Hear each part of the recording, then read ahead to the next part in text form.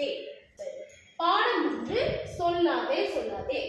நீல வானம் தூரம் என்று பறவையிடம் சொல்லாதே, பறவையிடம் சொல்லாதே. அடர்ந்த காடு இருண்டதென்று கரடியிடம் சொல்லாதே, கரடியிடம் சொல்லாதே.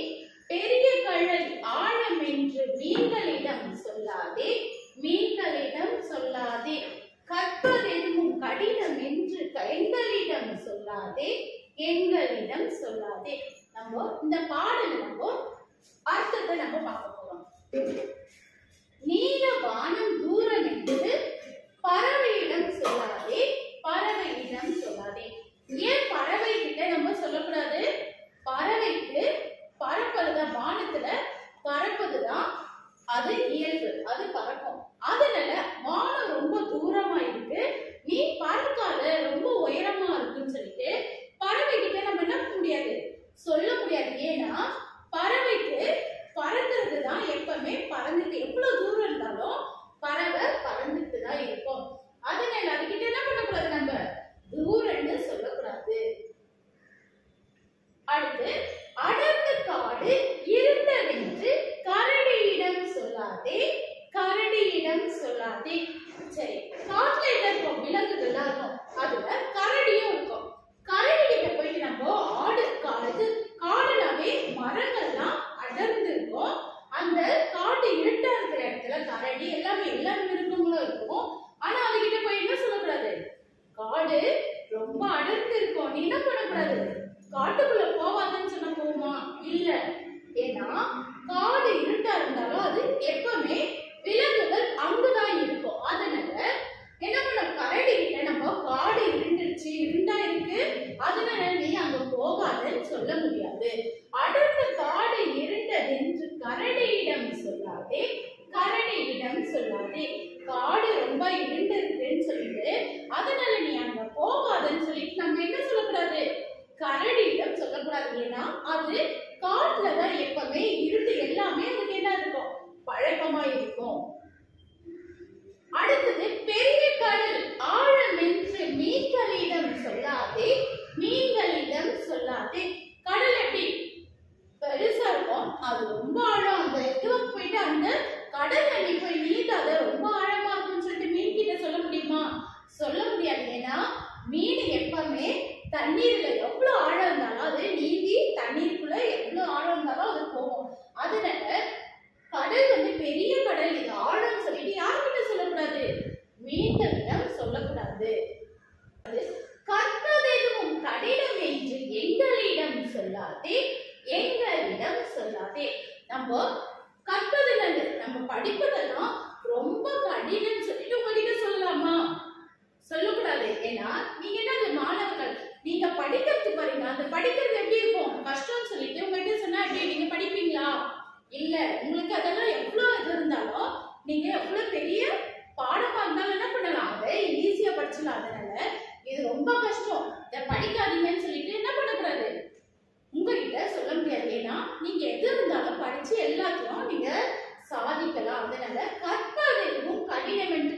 சில பேர் என்ன சொல்லுவீங்க, ஐயோ இந்த கொஸ்டின் ரொம்ப பெருசா இருக்குன்னு சொல்லிட்டு என்ன பண்ணுவீங்க, அப்பா இதை விட்டுலாம் விட்டுட்டீங்கன்னா மார்க் போயிடும். அதனால நம்ம என்ன பண்ணக்கூடாது, எப்பவுமே இது கஷ்டம் நினைச்சு படிச்சா அது கஷ்டமா இருப்பாங்க.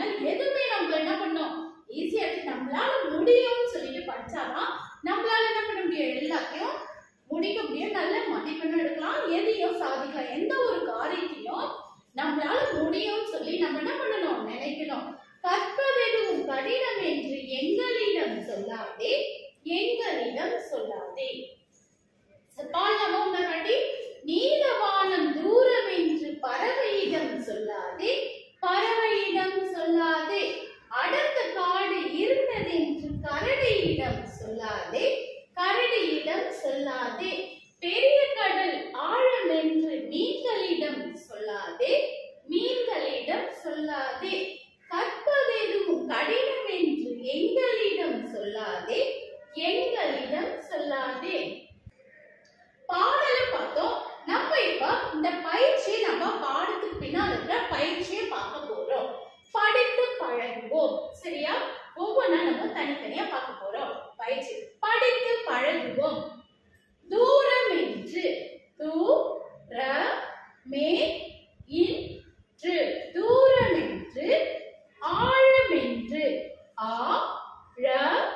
மே இன்று ஆழமென்று இருண்டதென்று இரு இண்ட தே இன்று இருண்டதென்று கடினமென்று கா டி ந மே இன்று கடினமென்று பறவையிடம் ப ர வை இ ட இம் பறவையிடம் கரடியிடம் கா ர டி இ ட இம் கரடியிடம் மீன்களிடம் மீ இன் க லி ட இம் மீன்களிடம் எங்களிடம் ஏ இன் க லி ட இம் எங்களிடம் படித்து நம்ம என்ன பண்ணலாம் படித்து இந்த வார்த்தையெல்லாம் கடினமான வார்த்தையெல்லாம் படிச்சாதான் நமக்கு பாட ஈஸியா இருக்கும் தூரமென்று ஆழமென்று இருண்டதென்று கடினமென்று பறவையிடம் கரடியிடம் மீன்களிடம் எங்களிடம் அடுத்து படிப்போம் சொல்ல கேட்டு எழுதுவோம் சரியா இந்த வார்த்தைகளை நம்ம படிக்க போறோம் பறவை பறவை கா ர டி கரடி மீ இன் க இல் மீன்கள் இ ரு இட்டு இருட்டு ஆ ழ இம் ஆழம் கா டி ந இம் கடினம் து ர இம் தூரம் நீலவானம் நீ ல வா ந இம் நீலவானம் அடர்ந்த காடு ஆ த இர் இன் த காடு அடர்ந்த காடு பெரிய கடல் பெ ரி ய கா ட இல் பெரிய கடல் என்னென்ன சொற்கள் மறுபடியும் பார்க்கலாமா பறவை கரடி மீன்கள் இருட்டு ஆழம் கடினம் தூரம் நீலவானம் அடர்ந்த காடு பெரிய கடல் அடுத்து பொருத்துவே யாருக்கு எது கடினம் இல்லைன்னு சொல்லிட்டு நம்ம பொருத்த போறோம் யாருக்கு எது கடினம் இல்லைன்னு சொல்லி நம்ம பொருத்த போறோம் முதல்ல என்ன கொடுத்திருக்காங்க பறவை செகண்ட் கரடி மீன் குழந்தைகள் சரி பறவைக்கு என்னென்ன இந்த சைடு கொடுத்திருக்காங்க விடை காட்டின் இருட்டு கற்றுக்கொள்ளுதல் வானத்தின் தொலைவு கடலின் ஆழம் ஃபர்ஸ்ட் என்ன கொடுத்திருக்காங்க பறவை பறவைக்கு எது கடினம் இல்லைன்னு நம்ம பார்க்கலாமா காட்டின் இருட்டு கற்றுக்கொள்ளுதல் வானத்தின் தொலைவு என்னது பறவைக்கு வானத்தில் பறக்கிறது எவ்வளவு தொலைவுன்னா அதுக்கு என்னது பறப்பது கடினம் இல்லை சரியா பறவைக்கு அப்ப என்ன பொருத்த போறோம் பறவைக்கு வானத்தின் தொலைவு எவ்வளவு தொலைவு இருந்தாலும் வானத்துல பறப்பதற்கு பறவைக்கு என்னது கடினம் இல்லை அடுத்து கரடி கரடி எங்க இருக்கும் காட்டுல காட்டின் இருட்டு கரடி காட்டின் இருட்டு கரடிக்கு காடு எவ்வளவு இருண்டதாக இருந்தாலும் அதுக்கு என்னது பயம் இல்லை ஏன்னா அது இருக்கிறதே காட்டுல தான் இருக்கும் அடுத்தது மீன் மீனுக்கு என்னது கடலின் ஆழம் எவ்வளவு கடல் பெரியதா இருந்தாலும் அது ஆழமா இருந்தாலும் மீனுக்கு என்னது நீந்துவதான் இயல்பு அதனால அதுக்கு எவ்வளவு ஆழம் இருந்தாலும் அதுக்கு கடினம் இல்லை ஈஸியா அது நீந்திடும் குழந்தைகள் குழந்தைகள் என்ன பண்ணுவாங்க அவங்க கற்றுக்கொள்ளுதல் நிறைய பள்ளிக்கு வந்து என்ன பண்ணுவாங்க நிறைய கற்றுக்கொள்வாங்க அதனால அது என்ன அவங்களுக்கு கடினம் இல்லை நம்மளும் நினைக்கூடாது அதை கடினம் நினைக்க கூடாது அப்பதான் நம்ம என்ன பண்ணலாம் மேலும் நிறைய கற்றுக்கலாம் குழந்தைகள் கற்றுக்கொள்ளுதல் சரி பறவை வானத்தின் தொலைவு கரடி காட்டின் இருட்டு மீன் கடலின் ஆழம் குழந்தைகள் கற்றுக்கொள்ளுதல். இவர்களுக்கு எது எளிதானது என்று இந்த சரியான குறியீட்டை நம்ம செய்ய போறோம். இங்க என்ன கொடுத்திருக்காங்க? குரங்கு கொடுத்திருக்காங்க. குரங்குக்கு 3 இது கொடுத்திருக்காங்க. என்னது? வானில் பறப்பேன், குழி பறிப்பேன், மரம் ஏறுவேன். குரங்கு என்ன பண்ணும்? மரம் விட்டு மரம் ஏறிட்டு இருக்கும். அதனால இதை நம்ம என்ன பண்ண போறோம்? சரியான டிக் பண்ண போறோம். அடுத்தது என்ன கொடுத்திருக்காங்க? மயில். நன்றாக பேசுவேன், நீரில் நீந்துவேன், நடனம் ஆடுவேன். மயில் என்ன பண்ணும்? தோகை விரித்து அழகா நடனம் ஆடும். அது தோகை விரித்து ஆடும். அதனால நடனம் ஆடுவேன். அடுத்து என்ன கொடுத்திருக்காங்க? நத்தை. நத்தை கொடுத்திருக்காங்க. வேகமாக ஓடுவேன், ஓட்டை சுமப்பேன், பாடல் பாடுவேன். நத்தைக்கு பின்னால் என்ன இருக்கும்? அது மேல ஓடு இருக்கும்ல, ஓட்டை சுமப்பேன். இதுதான் சரியானது. இதை நம்ம டிக் செய்வோம். அடுத்தது என்ன கொடுத்திருக்காங்க? நாய். நாய் இந்த படம் கொடுத்திருக்காங்க. மோப்பம் பிடிப்பேன், மரம் ஏறுவேன், கூடு கட்டுவேன்.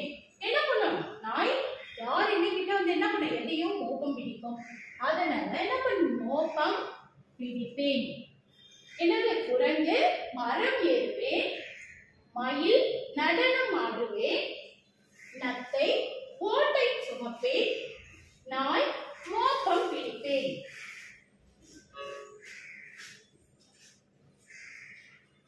சரி, அடுத்து பாடலில் உள்ள ஒத்த ஓசையில் முடியும் சொற்களை எழுதுவேன். சரி, இங்க என்ன கொடுத்திருக்காங்க? கரடியிடம் கொடுத்திருக்காங்க. இங்க ஈட லாஸ்ட் முடியும் போது இது எழுத்து எதுல முடியணும்? ஒரே ஓசையில முடியல எழுத்து சொற்களை நம்ம கண்டுபிடிச்சு எழுத போறோம். கரடியிடம். அடுத்தது என்னது? மீன்களிடம்.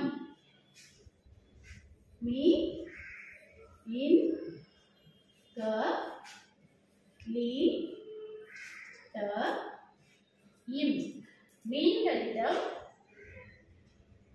கரடியிடம். இங்க ஏற்கனவே கரடியிடம் கொடுத்திருக்காங்க. மீன்களிடம். பறவையிடம். ப ர வை இ ட இம். பறவையிடம். சரி, அடுத்தது தூரம் என்று. இன்றுல முடியுது. இங்க என்னது? நீண்டதென்று. நீ இன் ட தே இன்று. நீண்டதென்று. ஆழமென்று. ஆ ழ மே இன்று. ஆழமென்று. இப்போ ஒரே ஓசை முடியும் சொற்கள் எழுதிடுமா? கரடியிடம், மீன்களிடம், பறவையிடம். அடுத்தது தூரமென்று, நீண்டதென்று, ஆழமென்று.